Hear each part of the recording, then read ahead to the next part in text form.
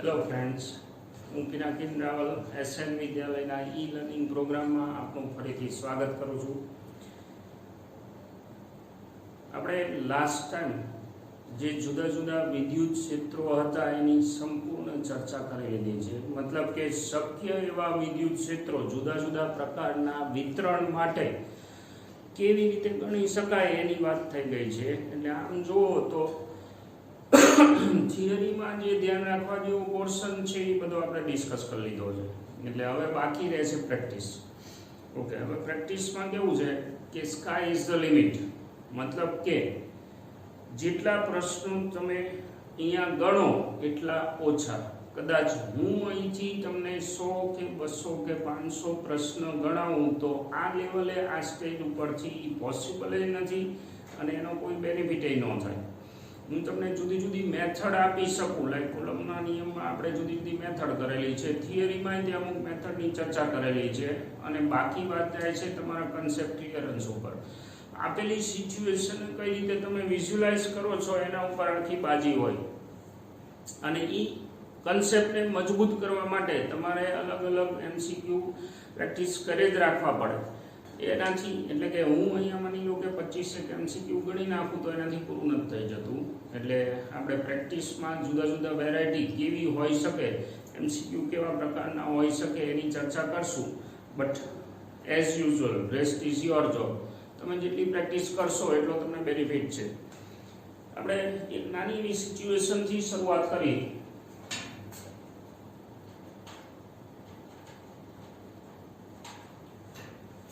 માનો કે મારી પાસે એક વર્તુળ છે જેની ત્રિજ્યા હું કહી દઉં r.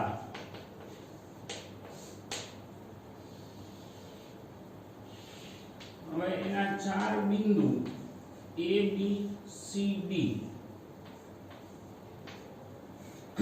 વ્યાસાંત બિંદુ આપણે લીધા છે. તો આ વ્યાસાંત બિંદુ ઉપર આપણે વિદ્યુત ભાર મૂકી દઈએ. માનો કે અહીંયા +q વિદ્યુત ભાર, અહીંયા +q વિદ્યુત ભાર, અહીંયા -q વિદ્યુત ભાર, અહીંયા -q વિદ્યુત ભાર. 4 જે વ્યાસાંત બિંદુ છે એમાં આકૃતિમાં દર્શાવ્યા પ્રમાણે વિદ્યુત ભારો મૂકેલા છે. જરૂરી નથી દરેક સિચ્યુએશન આવી જ હોય. આ તો વે ઓફ આસ્કિંગ છે કે ભાઈ આવી જુદી જુદી રીતે પૂછી શકે. હવે આપણને એવો પ્રશ્ન પૂછવામાં આવે કે કેન્દ્ર ઉપર વિદ્યુત ક્ષેત્ર કેટલું થાય?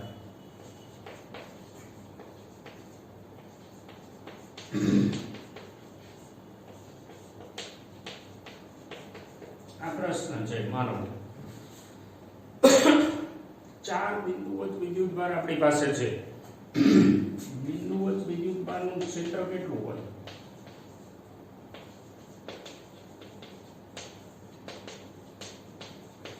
E = kq/r².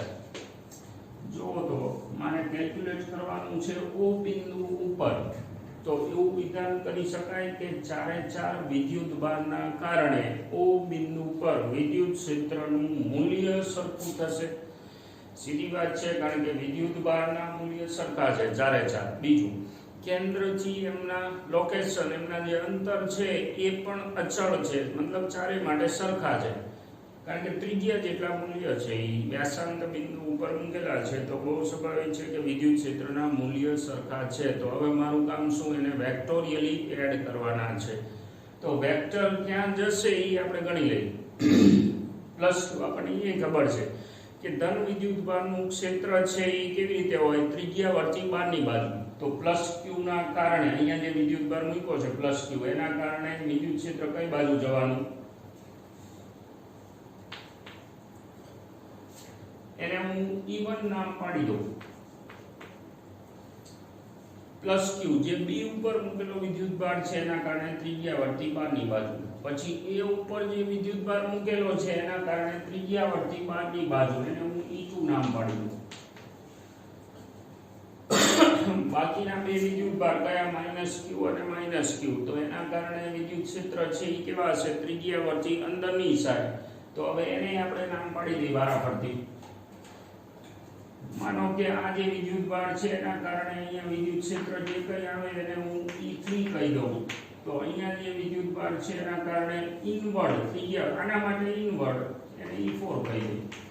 આપણી પાસે સિચ્યુએશન શું છે તો કે E1 = E2 = E3 =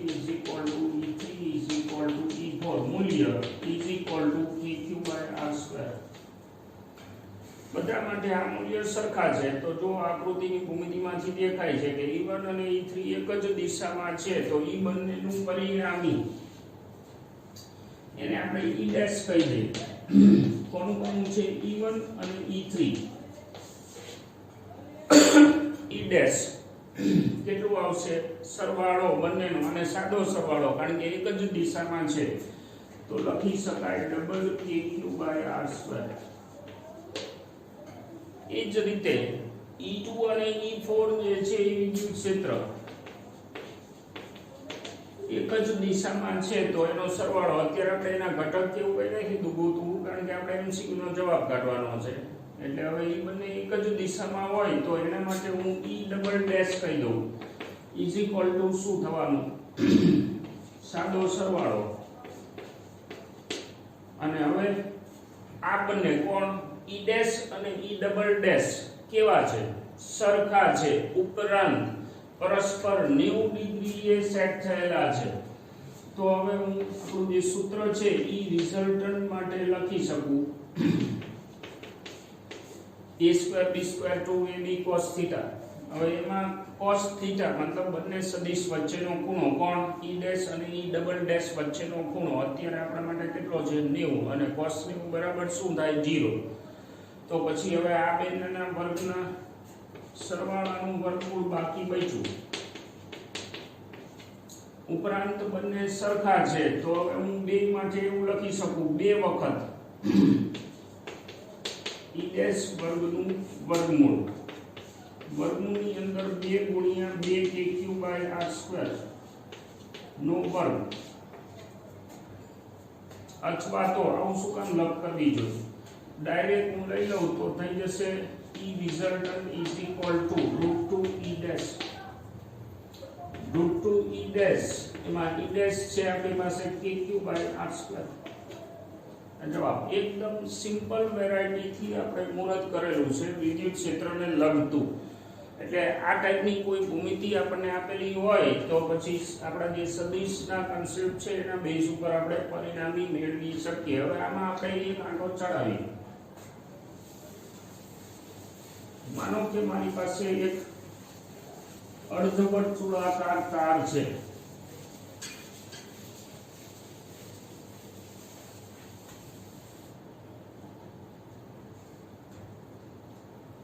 આ ટાઈપનો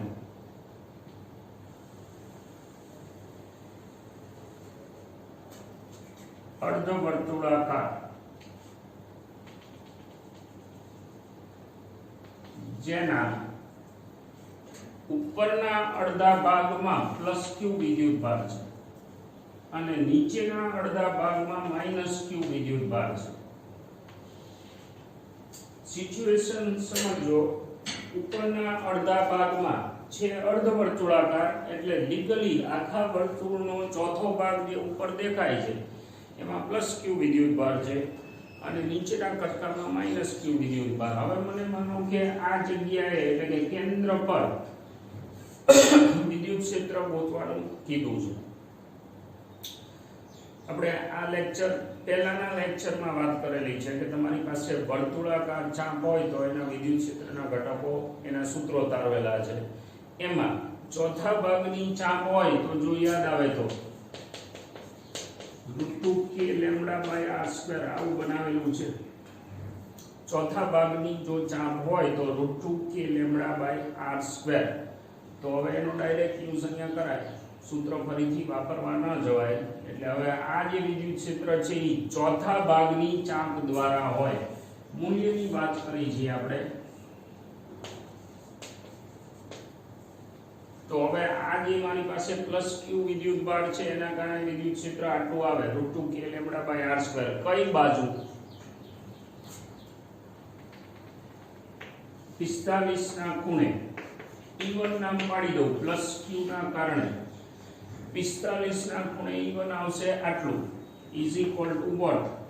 √2 k lambda by r square. હવે નીચેની જે ચોથા ભાગની ચાપ છે અહીંયા માઈનસ વિદ્યુતભાર છે. હવે જો માઈનસ વિદ્યુતભાર હોય તો એનું જે વિદ્યુત ક્ષેત્ર છે એ ઇનવર્ડ આવશે, બટ નેચરલ છે એટલે અહીંયા ફરીથી કોઈ તારવણી કરવાની જરૂર નથી. એટલે વિદ્યુત ક્ષેત્રનું ઇનવર્ડ આવશે. આના માટે ઇનવર્ડ મતલબ કે આ બાજુ E2 અને એનું મૂલ્ય કેટલું હશે? આના જેટલું √2 k lambda by r square. એમાં r એટલે શું સમજવાનું? આમાં ત્રિજ્યા. એટલે બંનેના મૂલ્ય છે એ સરખા આવે છે. બીજું 45 ના ખૂણે ક્વોડ્રન્ટમાં કાપી નીકળે છે. તો હવે આ બંનેનું નેટ પરિણામી ક્યાં વધશે? બહુ સીધી વાત છે, આ બાજુ આવશે. તો પરિણામી માટે આપણે શું લખી શકીએ? E હમણાં જ આપણે વાત કરી a square b square 2ab cos θ. 45 આ બાજુ 45 આ બાજુ ટોટલ 90 એટલે થીટા આપણો થયો 90 અને 90 ના ખૂણા માટે ત્રીજું પદ નીકળી જાય એટલે અહીંયા આવશે e1 સ્ક્વેર e2 સ્ક્વેર. હવે e1 સ્ક્વેર e2 સ્ક્વેર જે છે એમાંય પાછા આ બંને સરખા છે તો √2 e1 લખી શકાય. આપણું પરિણામી ક્ષેત્ર એટલે કે E બરાબર √2 પછી E1 ની જગ્યાએ √2 k lambda by r square. હવે આ જે જવાબ થયો તમારો શું થયો? 2 k lambda by r square. આટલો જવાબ ધ્યાન રાખજો. ઓલા પણ પ્લસ q હોત તો શું થાત? આ જગ્યાએ પ્લસ q હોય તો એનું વિદ્યુત ક્ષેત્ર આ બાજુ આવે તો એનું પરિણામ જાય આ બાજુ. જવાબ તો આટલો જ આવશે 2 k lambda by r square. હવે આ આપણો જવાબ છે ખરો, મતલબ કે સાદુરૂપ આવી ગયું. હવે આને હું આન્સર એઝ આન્સર લખી શકું ના, કારણ કે આમાં જે લેમ્બડા દેખાડેલું છે એ રકમમાં વ્યાખ્યાયિત નથી. એટલે આવા પ્રશ્નો પણ આપણે ધ્યાનમાં રાખવાના છે કે રકમમાં જે રાશિનો ઉલ્લેખ થયો હોય એના સ્વરૂપમાં મારે આને ફેરવી લખવું પડે. એટલે આ જે છે એ સાદુરૂપ હોવા છતાં પણ આન્સર નથી. આપણું જે ડાપણ હોય, આપણું ડાપણ મતલબ લેમ્બડા, તો લેમ્બડાને મારે આમાંથી કાઢી નાખવું પડે. હવે લેમ્બડા કાઢવા માટે મારે શું કરવું પડે? તો છે શું? રેખીય વિદ્યુતભાર ઘનતા છે. રેખીય વિદ્યુતભારની ઘનતા એટલે કે એકમ લંબાઈ દીઠ વિદ્યુતભાર. તો આપણા કેસમાં લેમ્બડા ઇઝ ઇક્વલ ટુ વિદ્યુતભાર અને જનરલી આપણે શું લખીએ છીએ? q by l. તો આપણા માટે વિદ્યુતભાર q પછી લંબાઈ કેટલી? ચાપની આખા પરિઘનો ચોથો ભાગ મતલબ કે 4q ના છેદમાં 2 પાઈ r એટલે કે 2q ના છેદમાં પાઈ r. આખા પરિઘનો ચોથો ભાગ છે ચાપની લંબાઈ એટલે આ 4 ઉપર જાય 2 થી કટ થાય એટલે આવું મળ્યું આપણને. એટલે q ના છેદમાં પાઈ r બાય 2 નો બગડો ઉપર આવ્યો એટલે આ ભાર ઘનતા છે એને હું આમાં નાખી દઉં 2k લેમ્બડાની જગ્યાએ 2q ના છેદમાં પાઈ r અને બાજુમાં r square as a whole 4kq by pi r ઘન. આ રીતનો આપણો સંબંધ આવ્યો. હજુ કદાચ માની લો કે આ સાદુરૂપ આપી દીધું એટલે કે લેમ્બડા વધારાનું હતું એને આપણે ઓમિટ કરી દીધું એટલે કે કન્વર્ટ કરી નાખ્યું. તો હવે તમારી પાસે આ આન્સર છે. હવે માની લો કે ઓપ્શનમાં ગયા આપણે તો ઓપ્શનમાં આ જવાબ સપોઝ નથી આવ્યો તો હવે શું કરશું? બહુ સીધી વાત છે કે એની જગ્યાએ 4πε0 નાખો અને ચેક કરો એટલે કે ઓપ્શન ઉપરથી આઈડિયા આવી જાય. આ વેરાયટી છે એ આગળના સમ કરતા સહેજ આપણે જુદી કરી. હવે કન્સેપ્ચ્યુઅલ વાત કરી લઈએ. મતલબ આ બધા જે પ્રશ્નો છે આપણે એવું નથી કહેતા કે આ બધા પ્રશ્નો પૂછાય, પણ આ શું છે? કન્સેપ્ટ ડેવલપમેન્ટ કરવા માટેની જુદી જુદી ટેકનિક છે.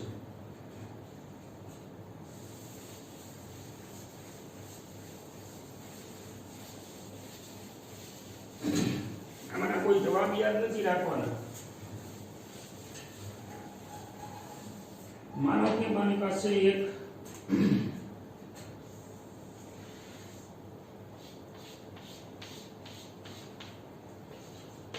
એક ત્રિજ્યાનો અવાહક ગોળો છે.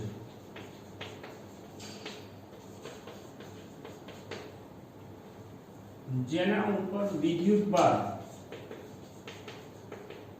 પ્લસ ક્યુ છે એ ત્રિજ્યાનો અવાહક ગોળો જેના ઉપર આપણે પ્લસ ક્યુ વિદ્યુત ભાર ભરી દીધો છે. તો હવે આ વિદ્યુત ભાર માનો કે નિયમિત રીતે વહેંચાયેલો છે. હવે આ ગોળાની સાથે સમકેન્દ્રીય હોય એવી એક કવચ હું મૂકું.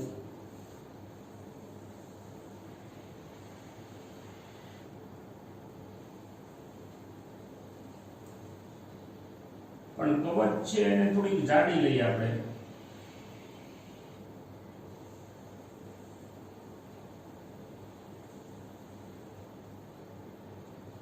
આ એ ત્રિજ્યાનો ગોળો, પછી આ જે માપ છે એને હું B કહી દઉં અને આ જે માપ છે એને C કહી દઉં.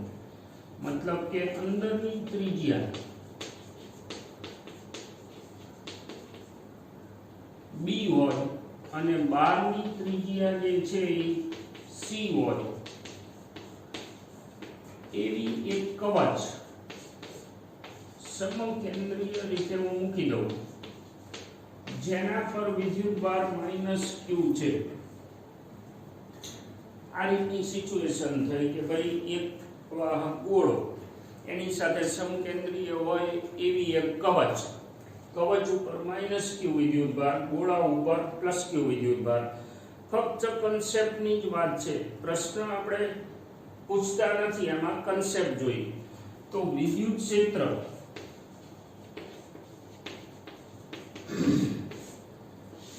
જુદા જુદા વિસ્તારમાં મને પૂછેલું છે. માની લો કે એવા અંતર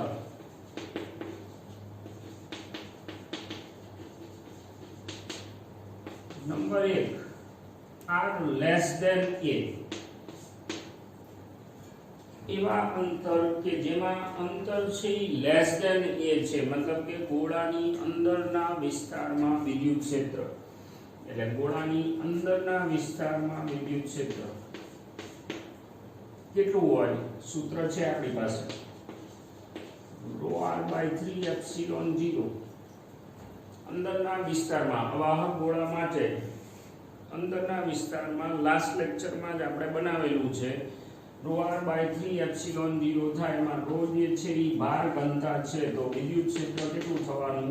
ρ આપણા માટે r અંતર /3 અને કદાચ આ સ્વરૂપ આપણને ન જડે તો ρ ની જગ્યાએ રકમમાં કીધું છે +q છેદમાં 4/3 પાઈ a3 આ ρ ઇન્ટુ r છેદમાં 3 એક સ્ટેપ સાદુરૂપ એટલે q r ના છેદમાં 4 પાઈ નો ઘન,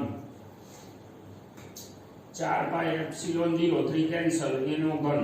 આ વિદ્યુત ક્ષેત્ર થયું ક્યાં? અંદરના વિસ્તારમાં. હવે તમને એવું કહેવામાં આવે કે વિદ્યુત ક્ષેત્ર છે એ એવા અંતર કે માનો કે આપણે એવું કહી કે a થી શરૂ કરી અને b સુધી, એટલે a લેસ ધેન પછી r લેસ ધેન b, આ વિસ્તારમાં વિદ્યુત ક્ષેત્ર કેટલું હોય? એટલે આકૃતિની ભૂમિતિમાં હું થોડોક શેડેડ રિજન બતાવું ઝાંખો. આ વિસ્તારમાં વિદ્યુત ક્ષેત્ર કેટલું હોય? શું લાગે છે?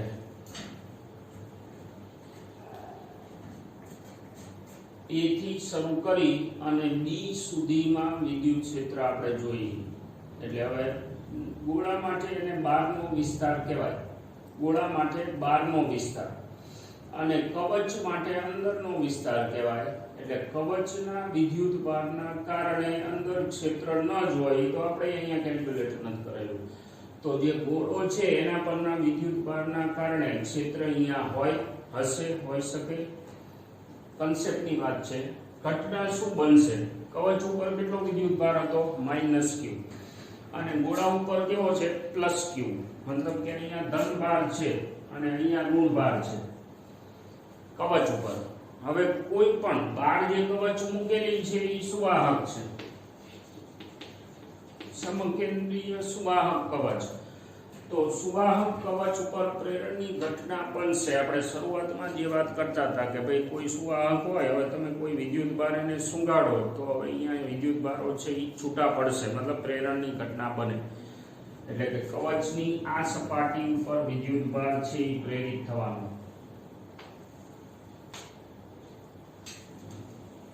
અંદરની સપાટી પર કેટલો? કવચની અંદરની સપાટી પર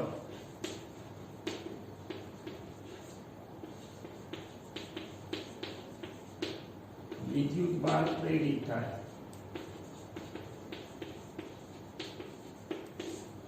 હવે એ વિદ્યુત ભાર કેટલો પ્રેરિત થવાનો, તો એના માટે એક સંબંધ યાદ રાખજો. પ્રેરિત વિદ્યુત ભાર q ડેશ બરાબર -q1 જેટલો હોય. એક્સ્ટ્રા સૂત્ર તરીકે લિસ્ટમાં નાખી દેવાનું છે. કેટલો વિદ્યુત ભાર આવશે પ્રેરણના કારણે એ આ સંબંધ ઉપર આધાર રાખે છે. માઇનસ શું સૂચવે છે? તમે જે ચાર્જ પ્રેરણ કરવા માટે વિદ્યુત ભાર લાવ્યા હોય એથી વિરુદ્ધ પ્રકાર. 1 - 1/k, k એટલે ડાઇલેક્ટ્રિક અચળાંક. એટલે હવે માનો કે આ ડાઇલેક્ટ્રિક અચળાંક કોનો? જેના ઉપર વિદ્યુત ભારનું પ્રેરણ થાય છે એનો ડાઇલેક્ટ્રિક અચળાંક છે. તો મારા માટે આ કવચ કેવી છે? સુવાહક. સુવાહક માટે આ આપણો કેટલો? અનંત. 1/અનંત ઓલમોસ્ટ 0. મતલબ એવો થયો કે ગોળા ઉપર જેટલો વિદ્યુત ભાર હોય એટલો ને એટલો વિદ્યુત ભાર પ્રેરિત થાય કવચ પર.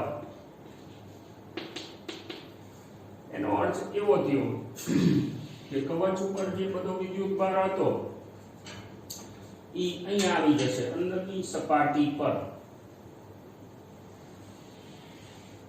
બધો જ વિદ્યુત ભાર. તો કવચમાં આ જે પટ્ટો વધે છે એના ઉપર વિદ્યુત ભાર કેવો આવે? માનો કે આ જે પટ્ટો છે એમાં ક્યાંય પણ હવે વિદ્યુત ભાર નહીં આવે. એટલે એવું તમે વિધાન કરી શકો કે B પછી ગ્રેટર ધેન B થી શરૂ કરી અને એવા અંતર કે જે C સુધી છે, તો અહીંયા વિદ્યુત ક્ષેત્ર શૂન્ય થઈ જવાનું. સુવાહક છે એટલે. તો હવે કવચની અંદરની સપાટી પર આટલો છે, તો બહારની સપાટી પર કેટલો?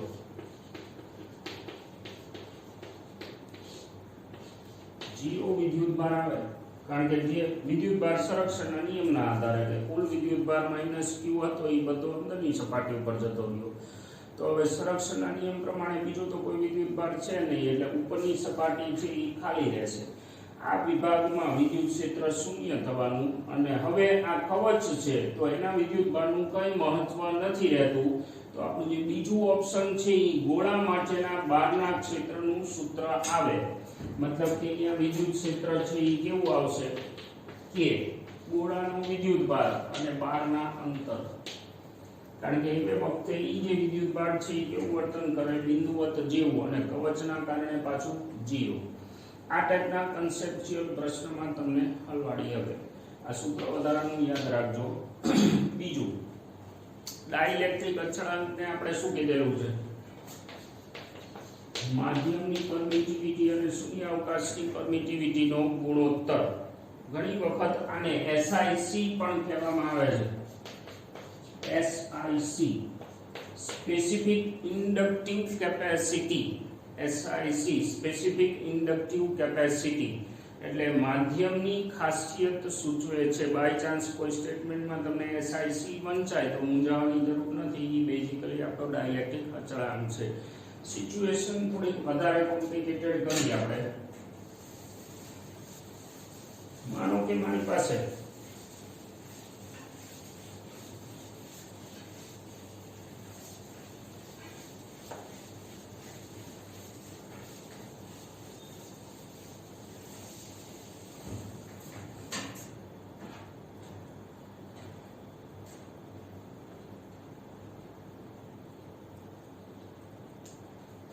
એક સમાન વિદ્યુત ક્ષેત્ર છે. આપણે અલગ અલગ બધી પરિસ્થિતિને અનુરૂપ કેલ્ક્યુલેશન લેતા જવા છે. એટલે સમાન વિદ્યુત ક્ષેત્ર આપણી પાસે છે E જેટલું. હવે આ વિદ્યુત ક્ષેત્રમાં માનો કે એક ડાયપોલ આપણે મૂકી દીધો.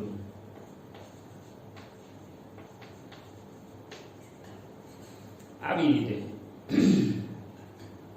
એટલે એવું કહેવાય કે ડાયપોલ મોમેન્ટ અને વિદ્યુત ક્ષેત્ર વચ્ચે અત્યારે જે ખૂણો છે એ 0 નો ખૂણો છે. થીટા બરાબર 0 પોઝિશન પર આ છે. હવે એને આ સ્થિતિમાંથી સહેજ આપણે હટાવી, મતલબ કે થીટા જેટલું સૂક્ષ્મ સ્થાનાંતર આપી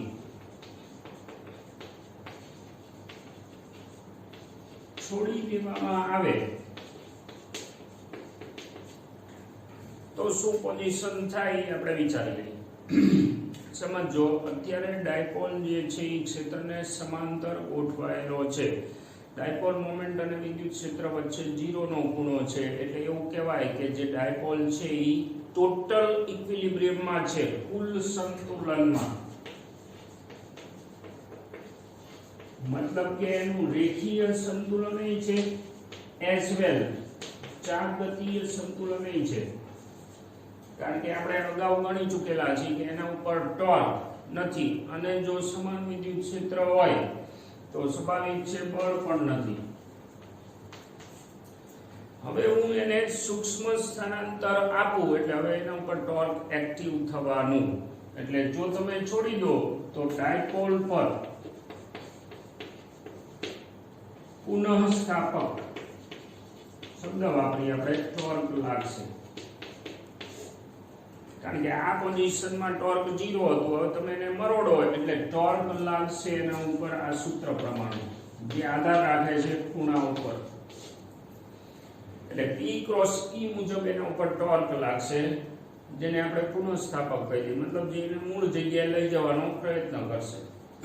હવે જો ઈ ટોર્ક લાગે તો કેટલું હોય? P E sin theta. Theta જેટલા કોણે તમે એને લઈ ગયા છો તો આટલું ટોર્ક લાગશે. બીજું તમારી એક્ટિવિટી થી વિરુદ્ધ છે એટલે હું એને માઈનસ લખું છું. મતલબ તમે આમ લઈ ગયા છો તો ટોર્ક ઊંધું લાગશે, નીચે લેવા હોત તો ટોર્ક આ બાજુ લાગત. એટલે ટોર્ક જે છે એ તમારી એક્ટિવિટી થી વિરુદ્ધ લાગશે. હવે એની અસર હેઠળ શું થાય તો કે ડાયપોલ છે એ આમ પાછો આવે. હવે પાછો આવે તો એની ગતિ પ્રવેગી કહેવાય, કોણીય પ્રવેગ એનામાં આવશે એટલે એને જે મધ્યમાન સ્થાને સંતુલન હતું અહીંયા બ્રેક નહીં લાગે એટલે પેલી બાજુ વહી જાય. જો એ બાજુ જાય તો ટોર્ક આપણને ખબર છે કે પાછું લાગશે. આપણી પાસે દરેક ખૂણાને અનુરૂપ મૂલ્યો છે એટલે ટોર્ક એને પાછું લાવશે. વળી પાછી વચ્ચે બ્રેક નહીં લાગે એટલે આ હિંચકો ખાશે, ધેટ ઇઝ SHM. આપણે પ્રૂવ કરી દઈએ. માનો કે આ ટોર્કની જગ્યાએ I આલ્ફા લખાય -PE અને હું અહીંયા થીટા લખું છું લગભગ, કારણ કે અતિ સૂક્ષ્મ ખૂણા માટે sin થીટા અને થીટા લગભગ હરખા હોય. આપણે ભૂતકાળમાં ચર્ચા કરેલી છે. હવે એમાં આલ્ફાની વ્યાખ્યા મૂકી તો I d2 θ/dt2 કોણીય સ્થાનાંતરનું બે વખતનું વિકલન એને કોણીય પ્રવેગ કહેવાય is equal to -PE. પેલા I ને આપણે આ બાજુ લઈ આવી into થીટા.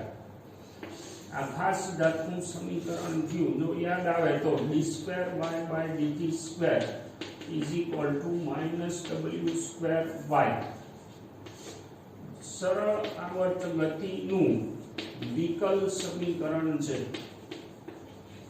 એના જેવો આ સમીકરણ દેખાય છે. તો હવે આપણે એ વખતે જે સમજાતા એ પ્રૂવ કરવાની જરૂર નથી. એવું કહેવાય કે આ જે ડાયપોલ છે એ હવે આપેલી પરિસ્થિતિમાં સરળ આવર્ત ગતિ કરશે. જો એ સરળ આવર્ત ગતિ કરે તો એના દોલનનો આવર્તકાળ આપણે જોઈએ છીએ તો આ કમ્પેર કરી શકાય અચળાંક. સરખાવો તો w² = PE/I લખી શકાય. મતલબ કે w0 = √PE/I થાય. એમાં w એટલે શું? 2πf લખી શકાય PE/I. તો f = 1/2π √PE/I. અથવા એનો આવર્તકાળ આપણને ખબર છે આવૃત્તિનું વ્યસ્ત કરો એટલે આવર્તકાળ મળે, તો શું મળશે? 2π√I/PE. આમ જોવા જાવ તો આ થિયોરિટિકલ સિચ્યુએશન એવું થઈ ગયું. સિક્વન્સ તો આપણે ભણેલા છે, ઘણી બધી વખત ઓપરેટિવ કરેલી છે, પણ હવે આ થિયોરિટિકલ ઇક્વેશન થઈ ગયું કે હવે તમને કોઈ આવી સિચ્યુએશન આપે, આમાં I શું છે? જડત્વની ચાર્જ માત્રા, P શું છે? ડાયપોલ મોમેન્ટ, અને E આપેલું ક્ષેત્ર, એટલે એના દોલનનો આવર્તકાળ આપણને ચડે. હજુ ઘણી બધી સિચ્યુએશન છે, આપણે ગણતા રહેશું. અત્યારે અહીંયા આપણે અલ્પવિરામ કરીએ. જેટલા સૂત્રો છે એ ખાસ આપણે યાદ રાખવાના છે. આ વચગાળામાં જે સૂત્રો આવે એને લિસ્ટ આઉટ કરતા જજો, ફાયદો થશે.